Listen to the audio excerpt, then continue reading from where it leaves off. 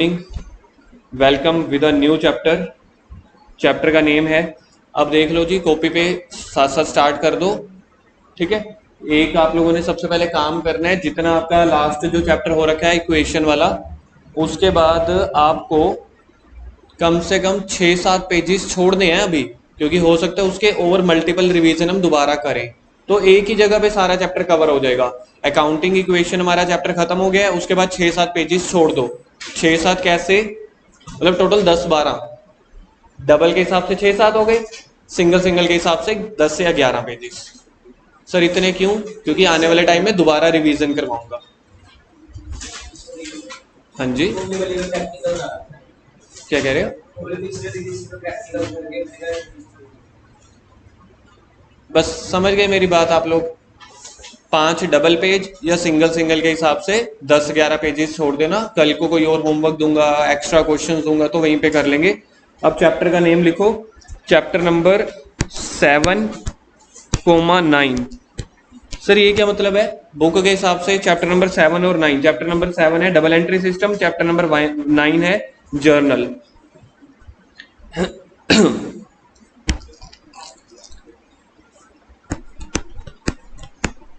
तो आज हम जर्नल चैप्टर स्टार्ट करने वाले हैं, जो लिंक है इकट्ठा ही डबल एंट्री सिस्टम के हिसाब से।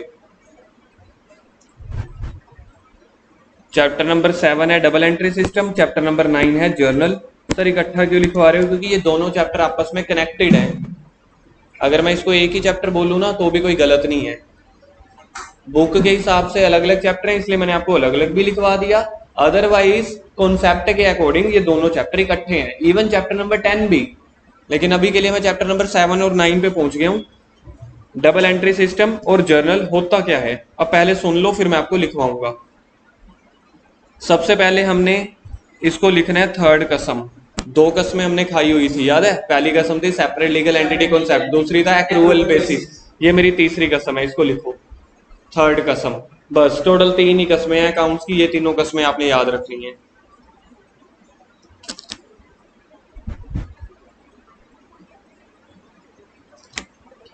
सबसे पहले हमेशा की तरह हर चैप्टर में हम एक ही काम करेंगे। सबसे पहला टॉपिक आप लिखो यहाँ पे नीचे, अकाउंटिंग साइकिल। सबसे पहले हमने हमेशा अकाउंटिंग साइकिल बनाना है। आप लोगों ने काफी बार बनाया हुआ है, पहले एक बार देख लेना फिर लिखना। ये आएगा बीच में, अभी रुक जाओ, ये सेंटर में आएगा, यहां से मेरे को शुरू करना है ऐसे ऐसे ऐसे करके। ठीक है, तो सबसे पहला स्टेप क्या होता था अकाउंटिंग साइकिल का, किसी को याद है? गलत, आइडेंटिफिकेशन ऑफ ट्रांजैक्शन। लिखो आइडेंटिफिकेशन ऑफ ट्रांजैक्शंस।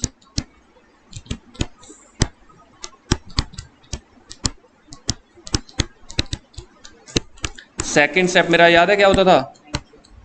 जर्नल। भूल गए हो बेटा, भूल गए हो।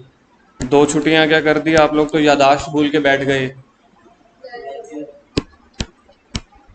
अभी पूछ लो ना क्लास में किसी का नाम, देखो कैसे याद रहेंगे। 10-10 साल पुराने नाम याद रह जाएंगे। जर्नल, जर्नल के बाद लेजर, लेजर के बाद होता था ट्रायल बैलेंस। बनाते चले जाओ, क्या की देर है, बनाओ बनाओ। हाँ हाँ अब बना लो। उसके बाद होता था ट्रायल बैलेंस। ट्रायल बैलेंस के बाद क्या होता था? Financial statement.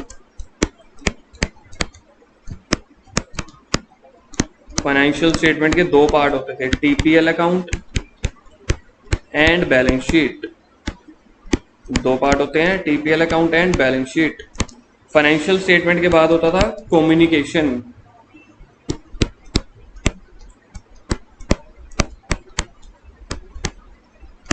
और कम्युनिकेशन के बाद दोबारा से स्टार्ट हो जाता था वही वाला। ये आपका पहले तो बन गया अकाउंटिंग साइकिल। पहले आपको हमेशा के लिए ये याद रखना है, हर चैप्टर में करते हैं हम, और आगे भी आने वाले सारे चैप्टर्स में करते रहेंगे।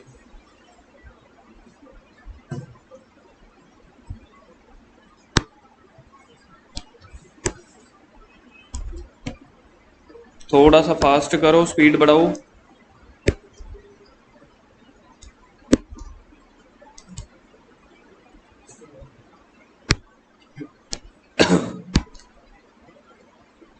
ये हो गया 4 नंबर, ये हो गया 5 नंबर, ये हो गया 6 नंबर। जल्दी से याद करो पहले। फाइनेंशियल स्टेटमेंट में पहला है टीपीएल अकाउंट। टीपीएल की फुल फॉर्म याद है किसी को? क्या होता है? Trading and profit and loss account. और सेकंड पार्ट होता है बेटा बैलेंस शीट।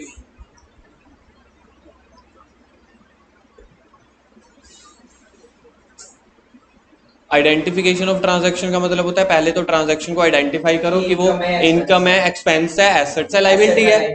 ठीक है। सेकंड होता है जर्नल। जर्नल का मतलब होता है सारी ट्रांजैक्शन को लिख लेना। मोटी बुक। मोटी बुक मतलब सारी ट्रांजैक्शन को रिकॉर्ड करते हैं किसमें? जर्नल में। फिर अगर मेरे को किसी का अलग अलग अकाउंट बनाना हो, अलग अलग अकाउंट को बनाना हो, उसको बोलते हैं ledger, book of principal entry बोलते हैं इसको। फिर उसके बाद अगर मेरे को समरी लिखनी हो, सिर्फ एक फाइनल बैलेंस कि एंड में किससे पैसा लेना है, उसको बोलते हैं ट्रायल बैलेंस। फिर उसके बाद मेरे को निकालना पड़ता है बिजनेस का प्रॉफिट लॉस या बैलेंस शीट, कि बिजनेस ने प्रॉफिट कमाया पूरे साल में या लॉस कमाया, या उसकी बैलेंस शीट में एसेट्स लायबिलिटी कितनी है, उसको बोलते हैं फाइनेंशियल स्टेटमेंट। नहीं नहीं नहीं, अभी हमने उसका एक पार्ट किया छोटा सा, हाँ बैलेंस शीट की है। और उसके बाद होता है कम्युनिकेशन। कम्युनिकेशन का मतलब होता है फिर सभी को रिजल्ट बता देना, कम्युनिकेट कर देना कि बिजनेस में क्या है ओवरऑल। अभी हमारा चैप्टर स्टार्ट होगा जिसको मैंने अब टिक किया हुआ है जर्नल। जर्नल का एक दूसरा नाम होता है, उसको बोलते हैं डबल एंट्री सिस्टम। कनेक्टेड है। अगर मैं आपको एक बात कहूं ना, मैंने आपको यहाँ पे चैप्टर लिखवाया जर्नल एंट्री के साथ डबल एंट्री सिस्टम। एक और वर्ड लिखवा सकता हूं मैं, double entry system and journal, या फिर अकाउंटिंग इक्वेशन भी। ये सारा एक ही मतलब है बेटा, लग रहा है कि अलग अलग है लेकिन आपस में सारा कुछ कनेक्टेड है। तो डबल एंट्री सिस्टम जो है वो जर्नल के साथ भी कनेक्टेड है, ब्रैकेट में लिख लो अकाउंटिंग इक्वेशन भी, या ओब्लिक डाल के जैसे मैंने लिखा है। कंफ्यूजन नहीं होनी चाहिए लास्ट में। सर चैप्टर अलग अलग है, क्वेश्चन अलग अलग है। हाँ क्वेश्चन अलग अलग है। जैसे अकाउंटिंग इक्वेशन हमारे पास इतनी सारी ट्रांजैक्शन होती है ना, उसी को ही अगर मैं नीचे लिख दूं ना कि प्रिपेयर जर्नल, क्वेश्चन वही रहेगा, नीचे लाइन चेंज हो जाएगी। या तो लाइन लिखी होगी प्रिपेयर अकाउंटिंग इक्वेशन, या लाइन लिखी होगी प्रिपेयर जर्नल। ट्रांजैक्शन तो बिजनेस में वही होती है, सेल, परचेज, स्टॉक, खरीदना, बेचना। जब अकाउंटिंग इक्वेशन होता है तो उसका फॉर्मेट अलग अलग हो जाता है, हम उसको प्लस माइनस करते हैं। जब वो जर्नल होगा तो मेरे को जर्नल एंट्री करनी पड़ेगी, उसका फॉर्मेट अलग होगा। हाँ बात है अब यहाँ की, दोनों डिपेंड करेगा ना कि कहां से है। अगर इक्वेशन का चैप्टर कर रहे हो तो कैश और कैपिटल दोनों में से माइनस हो जाएगा। अब हम बात कर रहे हैं डबल एंट्री सिस्टम। डबल का मतलब होता है दो, एंट्री मतलब एंट्री डालना, सिस्टम मतलब दो एंट्रियां डालना, मतलब उसको बोलते हैं डबल एंट्री सिस्टम। अब सुन लो ये होता क्या है। ये कहते हैं कि हर बिजनेस में ना जो भी ट्रांजैक्शन हो रही है, हर ट्रांजैक्शन के मिनिमम 2 इंपैक्ट होंगे। सारी ट्रांजैक्शन के, हर ट्रांजैक्शन के मिनिमम 2 इंपैक्ट होंगे। जैसे बिजनेस में हमने अगर स्टॉक परचेज किया तो स्टॉक परचेज करने से क्या हुआ होगा, गुड्स आई होंगी तो स्टॉक में प्लस हो गया होगा, कैश में क्या हो गया होगा, माइनस हो गया होगा। तो इसको बोलते हैं डबल एंट्री सिस्टम। हर ट्रांजैक्शन के मिनिमम कितने इंपैक्ट होंगे, मिनिमम 2 इंपैक्ट, मैक्सिमम 3 इंपैक्ट भी हो सकते हैं, 4 इंपैक्ट भी। अकाउंटिंग इक्वेशन के चैप्टर में हमने सीखा था ना, goods sold on profit, cash में भी प्लस हो रहा है, स्टॉक में माइनस हो रहा है, कैपिटल में भी प्लस हो रहा है, तो 3 इंपैक्ट हो गए। तो कहने का मतलब हर ट्रांजैक्शन में मिनिमम 2 इंपैक्ट होते हैं। इसको बोला जाता है डबल एंट्री सिस्टम, कि आपने जो भी ट्रांजैक्शन करनी है एक जगह नहीं करनी, कम से कम 2 जगह करनी है। अच्छा अगर मैंने बैंक से लोन लिया तो कहां कहां पे इंपैक्ट पड़ेगा उसका, एक तो मेरे बैंक यानी कैश बैलेंस बढ़ जाएगा, और दूसरा मेरी लाइबिलिटी साइड पे बैंक लोन आ जाएगा, मेरी लाइबिलिटी भी बढ़ जाएगी। तो देखो 2 इंपैक्ट हो गए। अच्छा अगर मैंने क्या कहते हैं मुझे कमीशन मिली तो मेरा कैश में प्लस हो जाएगा और कैपिटल में प्लस हो जाएगा, तब भी 2 जगह इंपैक्ट पड़ा ना। तो इस ओवरऑल अप्रोच को बोला जाता, हाँ इस ओवरऑल अप्रोच को बोला जाता है डबल एंट्री सिस्टम, जहां पे अकाउंट्स हमें ये समझाता है हर ट्रांजैक्शन के कम से कम 2 इंपैक्ट होंगे। अब 2 इंपैक्ट हमने अकाउंटिंग इक्वेशन में तो सीख लिए थे। अकाउंटिंग इक्वेशन में हमने ऐसे फॉर्मेट बनाया था, assets is equal two plus liabilities. वहां पे हम इंपैक्ट यहां से चेक करते थे, कोई चीज यहाँ पे प्लस कर देते थे, कोई यहाँ पे माइनस, कोई यहाँ पे प्लस, कोई यहाँ पे प्लस, ऐसे करते थे ना। तो वहां पे इंपैक्ट ऐसे बताए जाते थे, किस चैप्टर में, अकाउंटिंग इक्वेशन के चैप्टर में। लेकिन जब जर्नल का चैप्टर है ना, जर्नल के चैप्टर में ना फॉर्मेट ऐसे होता है, इसको बोलते हैं जर्नल का फॉर्मेट, जहां पे डेट लिखी जाती है, यहाँ पे पर्टिकुलर्स, पर्टिकुलर का मतलब है ट्रांजैक्शन लिखनी है। यहाँ पे LF, यहाँ पे डेबिट, यहाँ पे क्रेडिट। LF मतलब लेजर फोलियो, मतलब जर्नल के बाद कौन सा चैप्टर आएगा, लेजर। तो इसका मतलब ये होता है कि जर्नल के बाद ये एंट्री आपको कहाँ पे पुट करनी है, लेजर में। ये होता है इसका मतलब। होता है छोटा सा, हाँ बस लाइन लगाने का रोल है और कुछ नहीं, बस इतना सा लगाने है। ठीक है, अब आगे सुनो, आगे की कहानी क्या कहती है। अकाउंटिंग इक्वेशन का चैप्टर हमारा खत्म हो गया। उसमें हमारा डबल एंट्री सिस्टम कैसे करते थे, किसी में प्लस किसी में माइनस। जर्नल चैप्टर में हम डबल एंट्री सिस्टम को कैसे करते हैं, एंट्री करते होते हैं। जैसे हमने गुड्स सेल की और पैसा आया, तो कैश आया होगा, स्टॉक गया होगा ना, तो इसकी एंट्री को ऐसे किया जाता है, कैश अकाउंट डेबिट। मैंने आपको एक रूल सिखाया था ना, एसेट्स को सभी को डेबिट किया जाता है। लास्ट में रूल्स ऑफ डेबिट क्रेडिट सिखाए थे। सारी एसेट्स डेबिट हो जाती हैं, सारी इनकम्स क्रेडिट हो जाती हैं। डेबिट साइड पे एसेट्स थे, एक्सपेंस थे, ड्रॉइंग्स थे। क्रेडिट साइड लाइबिलिटीज थी, इनकम्स थी, कैपिटल थी। तो यहां पे किया जाता है cash account debit to sales account. अगर मैंने कोई सामान बेचा है, अकाउंटिंग इक्वेशन में हम क्या करते थे, कैश में प्लस कर देते थे, स्टॉक में से माइनस कर देते थे। लेकिन जर्नल के चैप्टर में आपको इसकी एंट्री डालनी पड़ती है, ऐसे डालते होते हैं एंट्री। ये होगी हमारी फर्स्ट एंट्री। जो ये मैंने लिखा है ना, इसको बोलते हैं जर्नल एंट्री करना।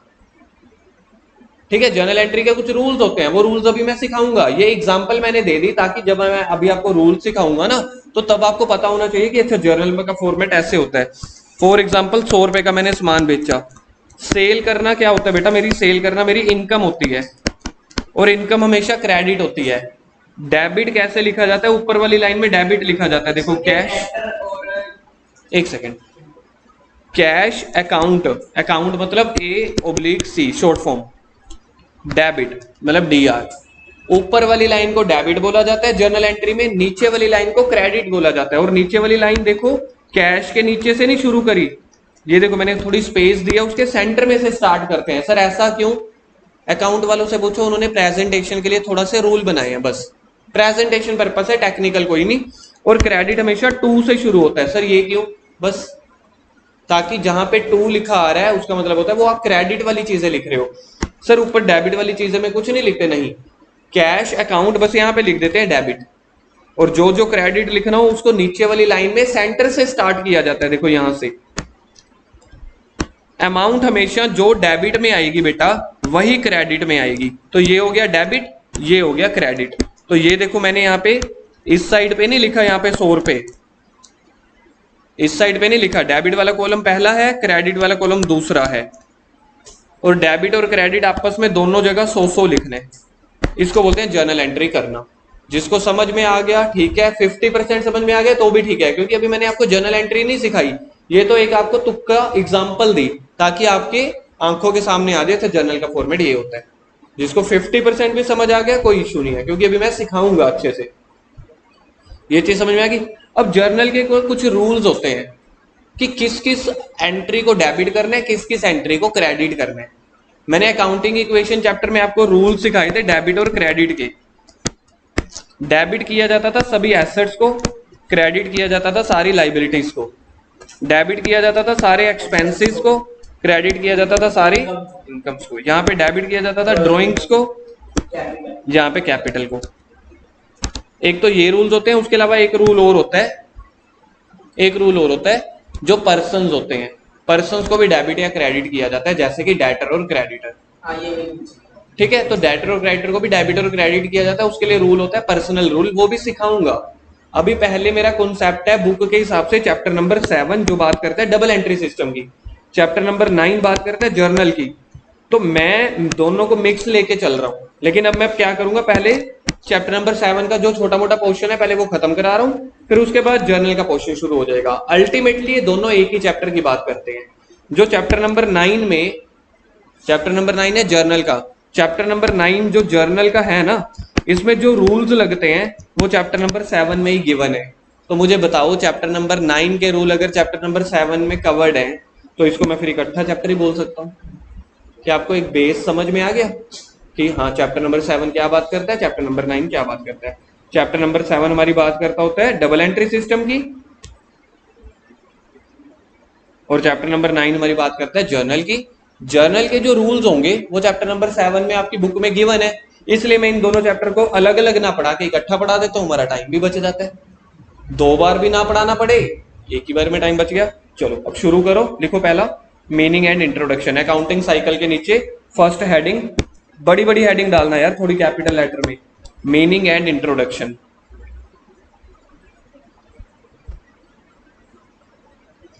थोड़ी बड़ी बड़ी हेडिंग डालनी है, meaning and introduction, double underline कर देना उसको। थोड़ी देर एसी बंद कर दूं, मुझे लग रही है ठंड, तबीयत सेट नहीं है, जैसे गर्मी लगे मुझे बता देना, बंद कर देंगे।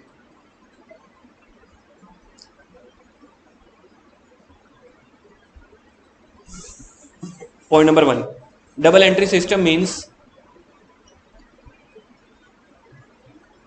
any business transaction has minimum 2 or more effects। थोड़ा सा स्पीड में लिखना।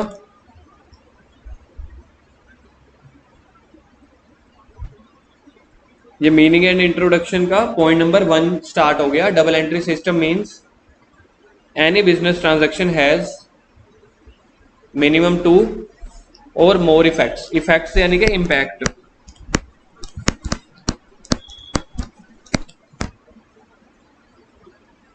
पहला पॉइंट तो अब आपको समझ में आ ही गया होगा, हर ट्रांजैक्शन के कम से कम 2 इंपैक्ट होते हैं। लिखो for example goods purchase in the business. For example goods purchase in the business. Easy समझते हो ना, ईजी का मतलब होता है फॉर एग्जांपल। ब्रैकेट में लिखो दिस इज ट्रांजैक्शन। हमने बिजनेस में गुड्स खरीदी तो ये मेरी ट्रांजैक्शन है। इसके इंपैक्ट क्या होंगे, वैसे बिना देखे बोलना, बिना देखे goods purchase in the business, इससे क्या क्या इंपैक्ट होंगे, कैश माइनस स्टॉक में प्लस। देखो ये सेम लिखा हुआ है, बस इंग्लिश में लिखा हुआ है। इंपैक्ट 1 स्टॉक, यानी कि एसेट्स इंक्रीज हो रही है, इंक्रीज को मैंने अपवर्ड एरो दे दिया।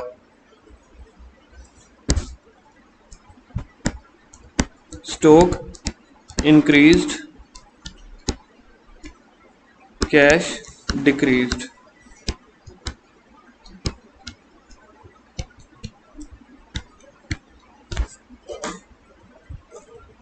लिख लिया पॉइंट नंबर 1 वंश, पूरा हो गया क्या? आगे पॉइंट नंबर 2, ये मीनिंग एंड इंट्रोडक्शन का ही पॉइंट नंबर 2 है। डबल एंट्री सिस्टम, इसी का दूसरा नाम क्या बोला जाता है, अकाउंटिंग इक्वेशन या फिर जर्नल। लेकिन अभी हमने अकाउंटिंग इक्वेशन चैप्टर किया हुआ है तो हमें उसकी पूरी समझ है, इसलिए हम उसी का नाम लिख रहे हैं, डबल एंट्री सिस्टम। और accounting equation is mainly related with balance sheet. पता ही है ना आपको, इक्वेशन खत्म होने के बाद लास्ट में हम क्या बनाते थे,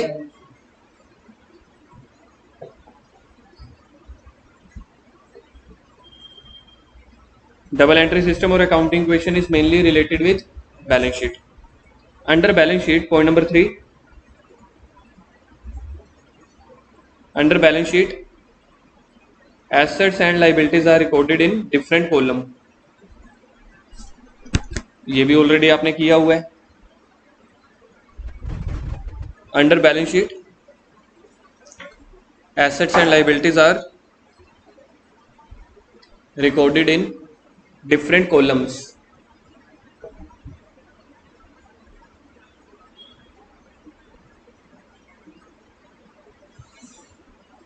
पॉइंट नंबर 4, पॉइंट नंबर 4 में formula in balance sheet. Balance sheet का फॉर्मूला क्या होता है, balance formula in balance sheet या अकाउंटिंग इक्वेशन, बात तो एक ही है। फॉर्मूला मतलब समझ गए, वो ही अकाउंटिंग इक्वेशन की सीपीटी। कैपिटल का फॉर्मूला क्या बनता होता है, एसेट्स माइनस लायबिलिटीज। 3 फॉर्मूले लिखने हैं, जैसे मर्जी लिख लो, अपनी मर्जी से चेंज भी कर सकते हो। मैंने क्या लिखा हुआ है, पहले कैपिटल का, फिर लायबिलिटीज का, फिर एसेट्स का।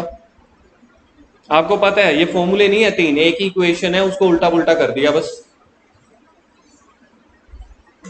पेपर में कई बार क्वेश्चन आया हुआ है कैपिटल का, एसेट्स माइनस लायबिलिटीज।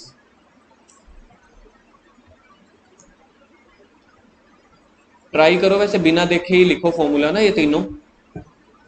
एसेट्स का क्या लिखा है, कैपिटल प्लस लायबिलिटीज। लायबिलिटी का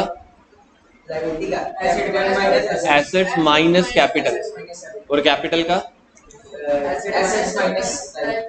है कुछ याद करने वाला? 50 बार कर लिया। Point number 5, format of balance sheet. Format of balance sheet, ये वाला पैराग्राफ मत लिखना जो मैं एरो डाली है, जो मैंने ब्रैकेट डाली है। छोड़ो, लिख लो यार, काम की है। इन बैलेंस शीट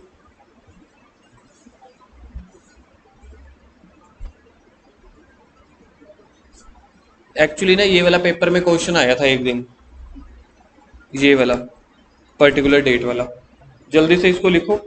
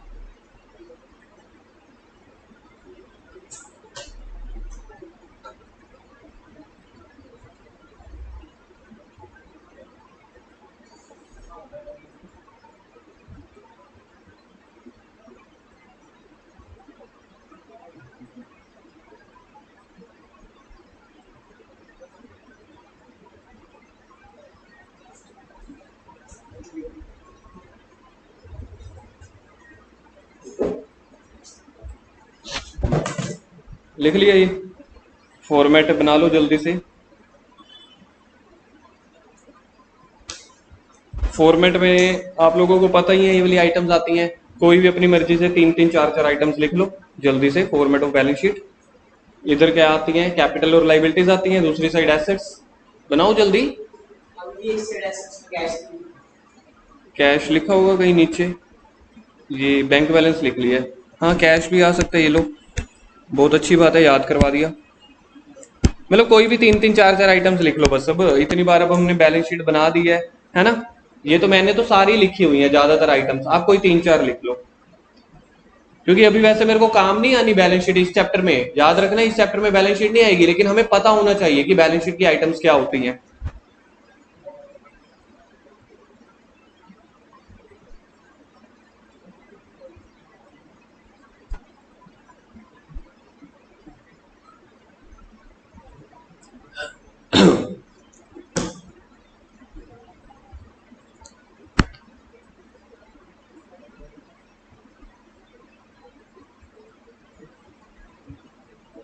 किसी को एसेट्स के पैरामीटर याद है? 4 पैरामीटर्स होते थे एसेट्स के, 2 तो खैर ऊपर लिखे ही हुए हैं। 4 कंडीशंस होती थी ना एसेट्स की, 2 तो ऊपर लिखी हुई हैं।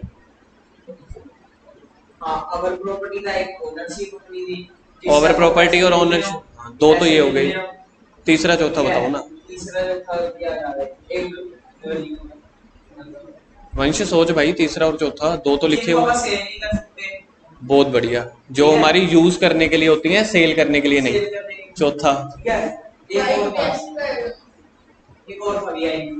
वंश, जो भी वो सोचो जो बोल रहा हूँ, कुछ और मत सोचो पहले। भव्य ने एक तो बता दिया, तीसरा कि जिसको हम सेल नहीं करते, यूज करते हैं, वो तो लिखा हुआ है।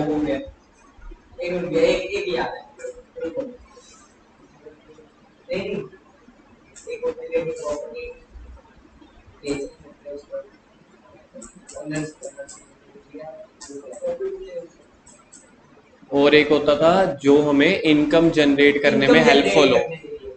जो पैसे, जो एसेट्स हमारी इनकम जनरेट करने के लिए हेल्पफुल हो, वो भी हमारी एसेट्स हैं। ये आपने लिख लिया, हो गई बैलेंस शीट। कितनी कितनी आइटम्स लिखी हैं? आगे बनाओ बैलेंस शीट की समरी, उसी के नीचे ही समरी में देखो क्या क्या लिखा हुआ मैंने सिर्फ। हाँ हाँ, चीजें ना टिप्स पे होनी चाहिए यार, वरना ये छोटी छोटी चीजें हैं, बच्चों को क्वेश्चन तो जितने मर्जी सोल्व करवा दो, जब सेंस ऑफ ह्यूमर की बात आती है तब उनको होता नहीं, रट्टा मारा होता है उन्होंने। समरी का मतलब है मैंने टोटल में लिख दिया, कैपिटल इतनी, लाइबिलिटीज इतनी, एसेट्स इतनी, बैलेंस शीट ब्रैकेट में समरी। ये तो 3 लाइनों की बनेगी देखो।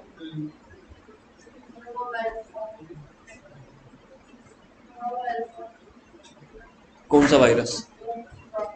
मोंकी का? छोड़ो, अपन ने तो न्यूज सुननी बंद कर दी। और भैया डराते हैं न्यूज़ वाले ज्यादा। और क्या, क्या ये मलेशिया से आ रहा होगा। ये केरला।